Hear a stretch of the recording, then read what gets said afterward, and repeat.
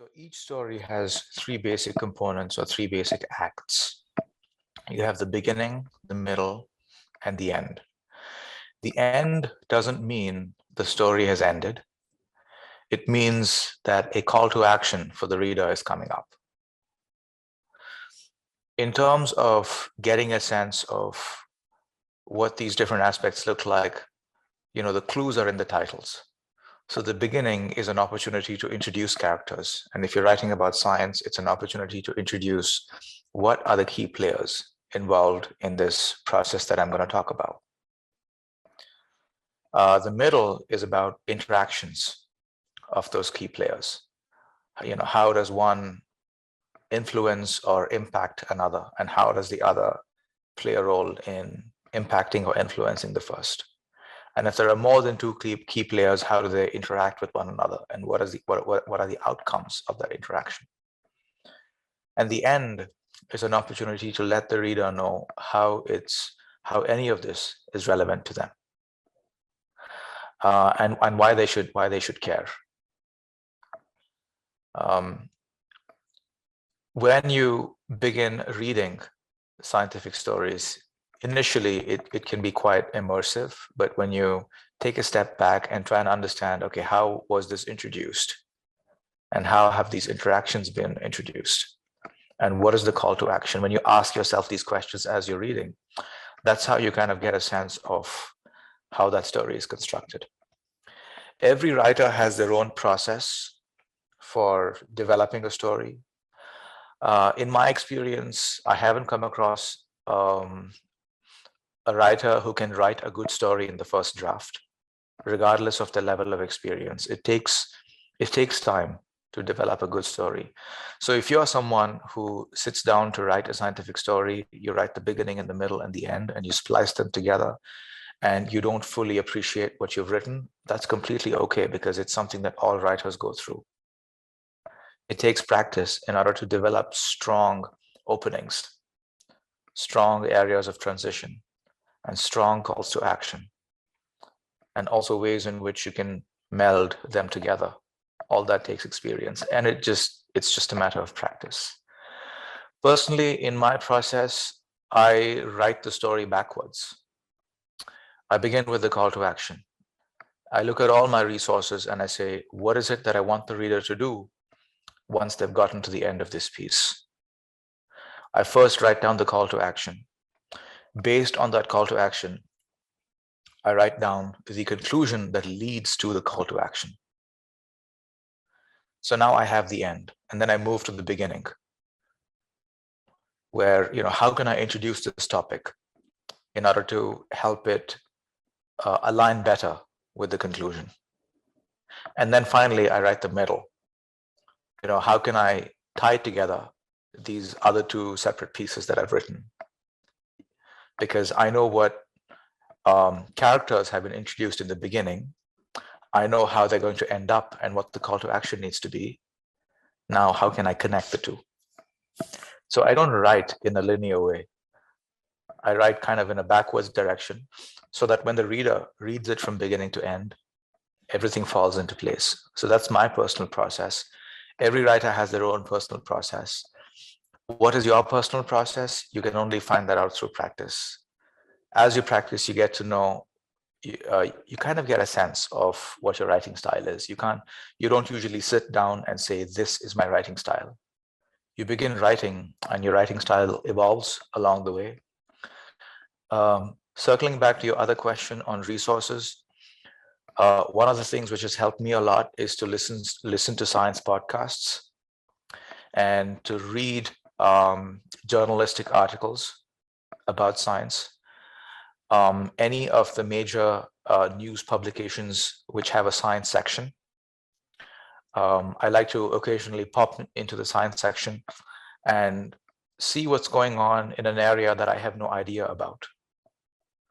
Like if I see an article on marine biology that I know nothing about, then I try and get a sense of how that topic has been introduced, and how the author so convincingly has written about what's happening with marine biodiversity and what kind of an impact that could have on something as global as climate change.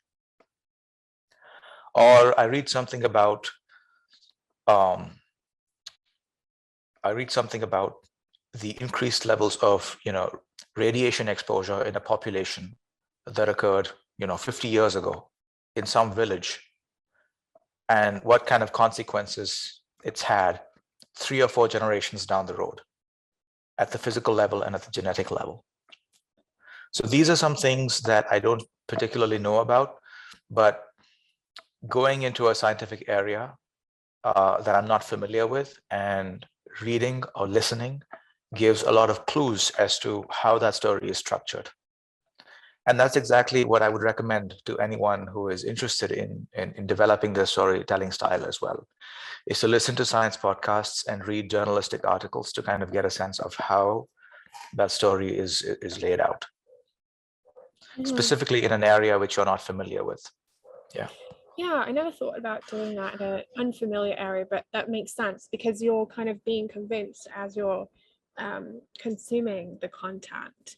And you can ask yourself, did they explain that thoroughly enough? Am I actually moving through the piece the way that they want me to, or am I getting stuck in this one area? Yeah, I mean, I'm sure we'll get more into our processes and our experiences later on in this training with subsequent videos, but I do think it's interesting that we share, we can start with a high level like you just shared. I have a similar process, I would say. I definitely think about the call to action very early on. I also think about who the target reader is, because not just the topics or like the characters and key players like you're talking about, but like I really want to know what the particular reader is going to care about and what they're going to do after they finish reading. So for me, that helps me set the scene. It's almost like painting the backdrop for the opening scene and then the subsequent scenes. It's like, well, where would they be? What would they be interested in? What have they previously heard about? How is this going to land with them? Is this a brand new thing that they've never heard of, or is this something that's building upon what they already know?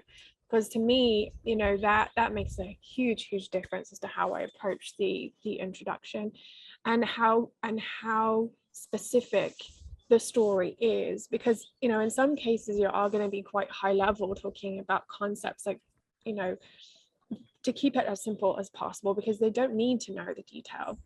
And in other cases, you do really want to go into the detail and make sure that they understand like a mechanism or how something works. And so I think generally the approach that I recommend is to kind of plan all of these things out in advance. Define who the reader is, define what it is that they're going to do differently, where they currently are, and where you want them to be at the end of the story.